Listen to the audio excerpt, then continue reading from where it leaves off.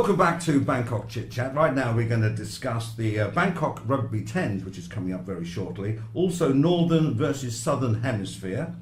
Six Nations, how rugby has changed and is improving. And Rugby Union versus Rugby League. And we've got a gentleman here who knows all about it, Darryn Mathee. Did I pronounce that? That is correct. Okay, he's General Manager of Extreme Rugby Wear, who is also the organizer, the event organizer of the Bangkok Rugby 10s. Welcome to the show. Thanks for having me. Right, so well, maybe you could just explain a little bit about the Rugby 10s, and yeah, we'll start off with there. Sure. So the Bangkok Rugby 10 has been going for 14 years now. We do it every year to raise funds for my rugby charity program that I have, which we'll get into more detail a bit later. But yeah, so we get teams from all over the world. This year we have 16 nationalities, 38 kids teams, 24 men's teams, 12 vets teams, and 8 women's teams coming down to play.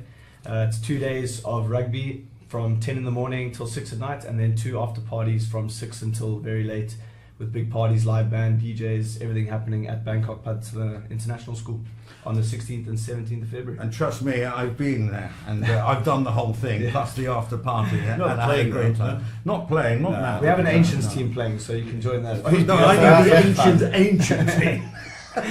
So, what is your day job? My day job, I run a sports clothing company. We have a factory here in Thailand, in Bangkok, and we make sports clothes for all over the world.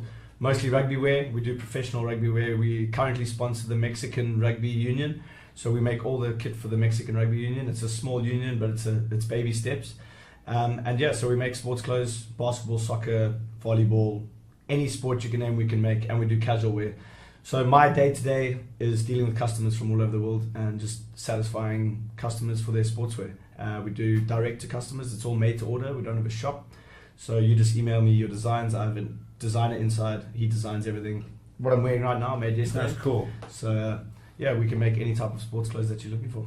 How long have you been operating in Thailand? You're originally from South Africa. Originally from South Africa, Cape Town. I moved here 6 years ago. I started working in Phuket, and then I've been in Bangkok now for 4 years.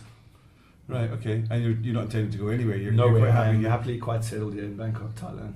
Okay, so regarding the actual event, it's been running for 14 years. Why did it start in the first place? And obviously you were not part of that when it started, yeah? It was 14 years ago. I know like the whole history of it. It started, Eddie Evans, he started. It used to be in conjunction with the Cape Town 10s. Him and Bobby Skinstad started the Cape Town 10s, which is still going, and which is a massive event in South Africa. They started it basically just to promote rugby in Bangkok, and 14 years ago it started with 8 teams. Now we're up to almost 60. Which countries are those teams from? We got a lot of Asian countries. So we got Singapore, Hong Kong, Philippines, Malaysia, Sri Lanka, New Zealand, Australia, South Africa, France, Bangkok. Yeah, a whole lot. So it's quite. Is this clubs within these countries, or there's just a bunch of people get together to actually play this? 50-50. We have people that just come for the social. It's like to get away, to come to Thailand. It's an excuse to come to Thailand. All right, okay. Something to tell the wife. Yeah, tell the wife I'm coming to Thailand to play rugby, and they probably don't even turn up to play rugby. But yeah, so we got professional club teams come down. We got social teams that come down. So it's a bit of a mix. So it's a social tournament. We don't classify it as a elite tournament for elite teams. We look for social teams that are going to be sponsoring the charity, that are going to be supporting the charity, supporting the parties, having a good time in Bangkok, and we try to look after them as much as we can. Tell us a little bit about the charity. Yeah, that was going to be my question. Yeah. So I have a rugby charity program. I have about 50 kids that we look after, and that's the reason why we have this big event, to raise money for them. So they're all slum kids that have been involved in, their families were involved in the tsunami a couple of years ago. It's kids that parents can't look after them, so they've all been put in a boys' home. The boys' home is based in Saton. So I look after them every weekend. We take them, train rugby, teach them life skills, English, take them on days out, swimming, tempen bowling, surfing, whatever we can do for the kids just to get them out of the home. Get them out of the home and give them a better life. And so we look after their schooling. Their school's literally across the road from where they live, which is nice. So yeah, it's a good feeling to do it, and I do it out of the passion of the sport and my passion to help kids. Why did you select this particular This charity? I think it's great that charity- you select a charity, Yeah. because a lot of people give money Yeah. and then it's spread amongst multiple charities, which is also nice. Yeah? But when you focus on something, you feel you can make a difference. But why did you select this one? So the Naksu Rugby Academy, which it is, used to be run by another organisation probably about 5 years ago, and this organisation closed down, or they were closing down, and they were going to end this program with this rugby program. It was really small.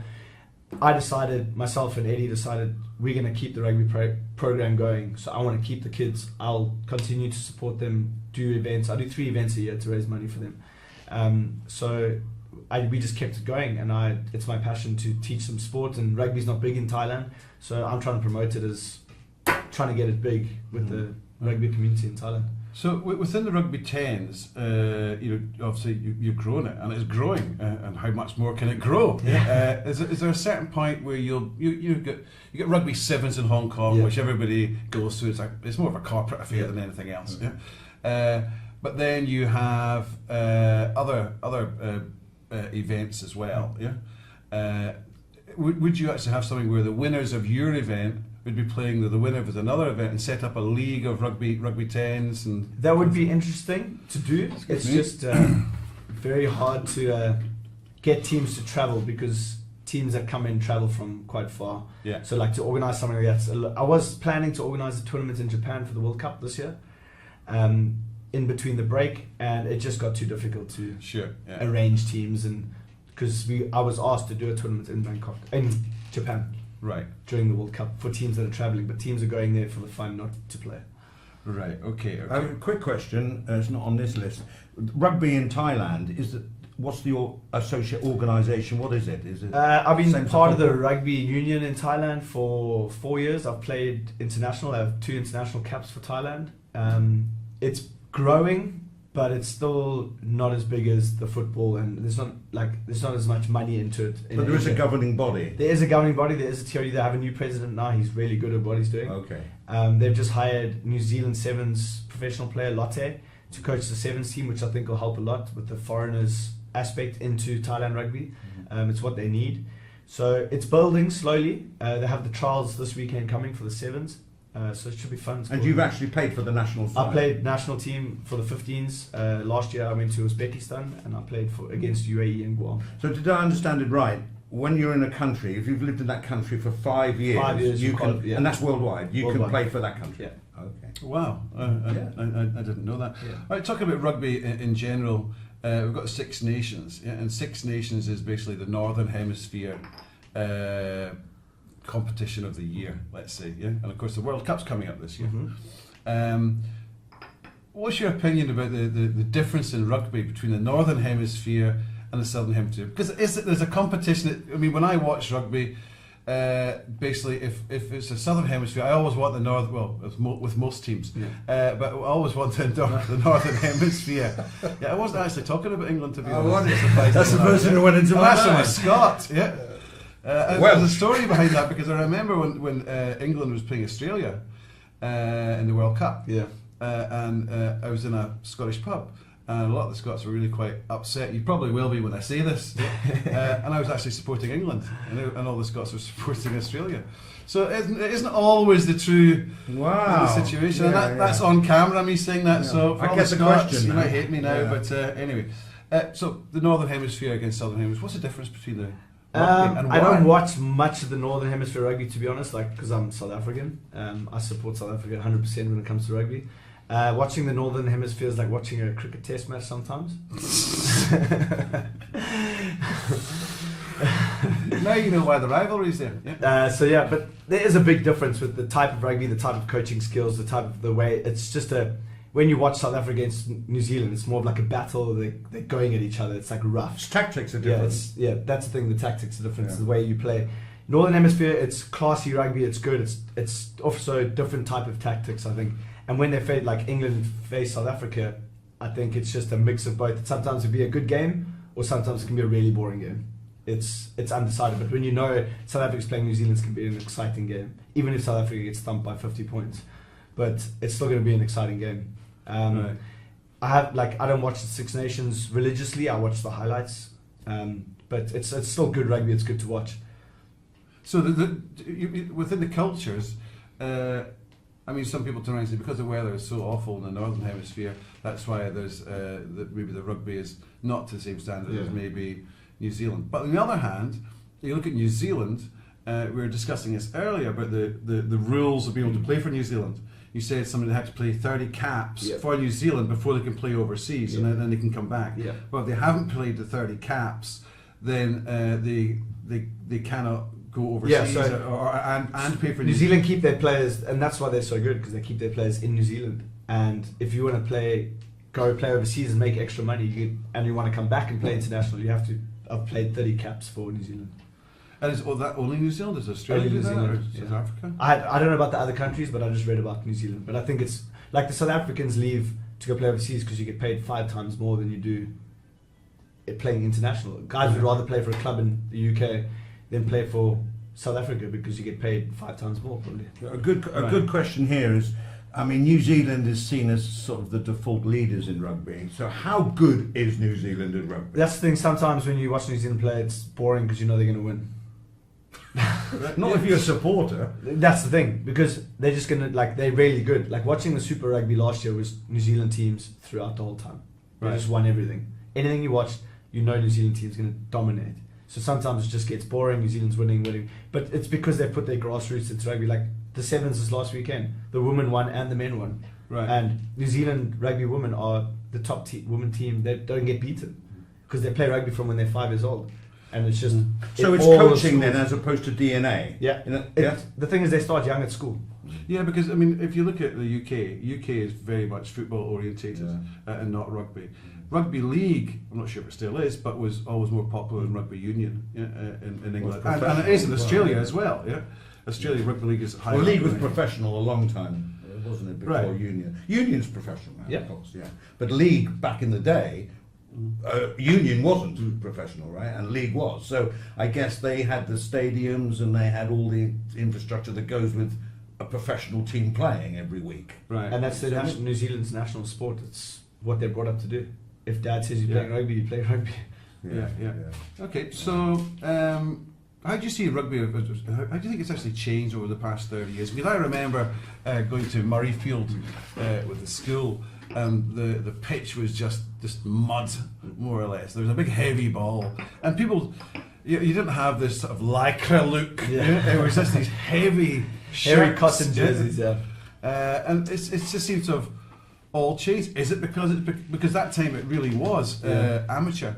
It was people were lawyers, or they were farmers, or they were playing because So I became butchers when you were. That's right. I wouldn't say a long time from my day, but I know a lot of history about rugby, and I think back in the day people played rugby as a hobby. Yes. Even if it was professional. They wanted to play because they wanted to play. Now people are playing for money. If you're not getting paid enough, they're not going to play. Right. So someone can play a rubbish game. Who cares? He still gets his paycheck. He doesn't care. Yeah. So back in the day, so much higher now. Let's just go smash heads and have a good time. Well, I mean, in England, I suppose it's the same the world over. The union clubs, they can transfer players just like in football, right? Yeah. You go for a fee, and that's the thing. You have a manager that looks after you. It's like being an actor. You have a manager that looks after you. Oh, you got a contract offer for this much. Let's go. Now that's how much it's changed. So what about can someone actually they can obviously make a living at that point of time, but from being a professional rugby player? I would say you can make a living. Union rugby player. Yeah, union. If you play for a club, I would say Japan is massive now. People are going to Japan, just play rugby, and you get paid loads. You can make a living. Same in the UK, but clubs in South Africa, clubs in New Zealand, Southern Hemisphere, there's no chance. And that's how England was when I started, because my coach was Peter Colston, who ended up being coach for England for a while. But he was playing for Bristol at the time, but he was also teaching in my school. He couldn't just play for Bristol. It was like I was in Vancouver a couple of weeks ago, and I went to the BC British Columbia Hall of Fame dinner with where they were inducting professional rugby players from Canada.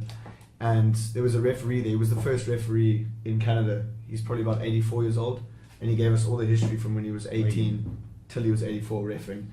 So he was just saying how rugby's changed, how it's all about your face now, and it's all about how many followers you have on Instagram. It's just got a fame thing now. It's all how famous you are. It's not, you're not just doing it for fun. So basically the rugby player is going to make money out of endorsements. Yeah. Just like Ronaldo and people like that. Yeah? Just like that's how they're going to be. You have rugby players insuring their legs.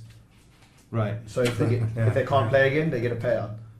Like Which you get makes Cristiano sense. Ronaldo Makes that's sense. insured his legs for like 500 million or something. Yeah. Well, I mean, it has to be like that because if he does get injured, he hasn't got an income. Or you get somebody to break his legs and then he gets his money. But I think he wants to play rugby. If you look at South African rugby, all the professionals, ex-professionals that have played and they've got to their 40s now, they all start a business. Yeah. And you get people that play professional from when they're 18. You get started from school, and then you go play rugby. Rugby you can only play till a certain age. Yeah. You get to 34, you've played professional overseas. You finish playing rugby, you got nothing. Unless you get to coach. You have no schooling. You have no experience. You've never worked a day in your life. You finish at 34, you have nothing. You got to start from fresh. So like people need to make a decision. Like if you're going to make money from it, you need to make money from it. Or I know a lot of people from South Africa that have just played up to 34. Now they're just like, what do I do now? Like they don't have enough money to survive the rest of their life. They have to start a business, and that's starting late for most people. Yes. So it's tough in South Africa to do. And like I played for a professional club in South Africa, and I made the decision of coming to Thailand and starting my career instead of carrying on with rugby, because I could have been that guy, played till 34 and not had anything. Right. So it's quite tough, especially in South Africa, and I would say most of the Southern Hemisphere teams. Right. Okay. All right, we've got to move on because time's ticking away here, to be honest. It's very interesting. Most improved country? Argentina. Why?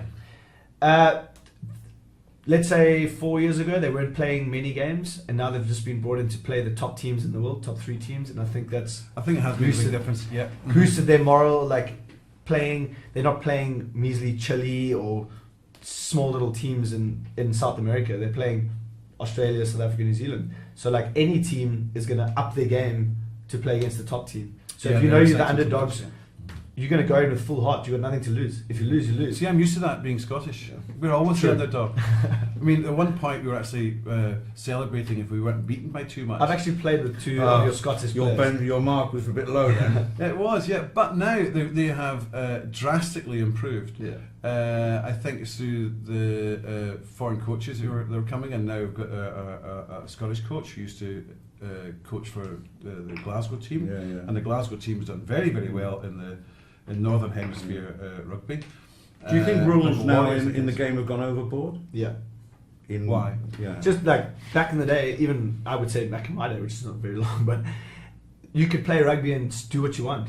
Now you're playing with like a little bird on your shoulder that if you do something wrong, someone's going to catch you. It's like playing rugby with a policeman. What you're saying is you could cheat and nobody would catch you. That's the thing. You can punch someone. You can get rough and tough. That's the same as football, isn't it, with VAR? Right? And now that you just if you tackle someone and your finger slips into his eye, you get a fine afterwards.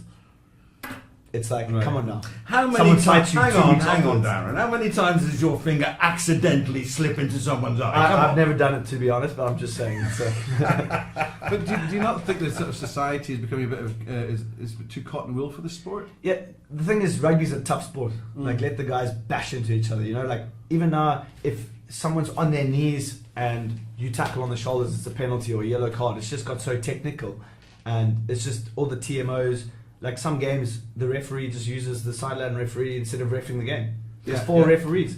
Normally it was just one guy in the middle, and he didn't even move. He just stood there with a whistle. Now it's just you have this guy answering, you have this guy, and it ruins the game sometimes. You have Hawkeye, right? Yeah, you got the camera at the top, you got corner cameras, you got people behind the posts, you got everywhere that are helping the guy in the middle. He's the referee, he's the bus driver, he must control his bus. So when scoring a try, when the guy goes down, you have to place the ball down. Yeah. Sometimes that's a little bit debatable. Did you put it That's down? the thing. Or not? It can go Camera's both ways. right on there, right? It can go, but like back in the old days, like the referee's either going to give it or he's not. No one's going to complain. Now it's just like a whole debate. Everyone's shouting and screaming at the TV, and no one can hear you. But that probably would give some of the entertainment. That is the entertainment. The apprehension of what's going to happen. It's like Hawkeye in tennis, isn't it? Everyone waits for that decision, and you hear the crowd go. Well, to me, for the audience, and they're the ones that pay to go and see it, I think that's good entertainment. It's just so I'm all for it. Stop causing like controversy on the TV or in games, and I guess it is hard like having the TMO, but it's the way it is now. Well, on a professional level, how does rugby compare with other sports? I was going to say cricket, but I would say it's fairly similar to cricket in the sense of wages and Yeah, yeah. sponsorship. Certainly not excitement. Anyway, right. Well, no, I used to play cricket I love myself, Test but cricket, definitely not. so, yeah, yeah, it's similar to cricket, but I mean football.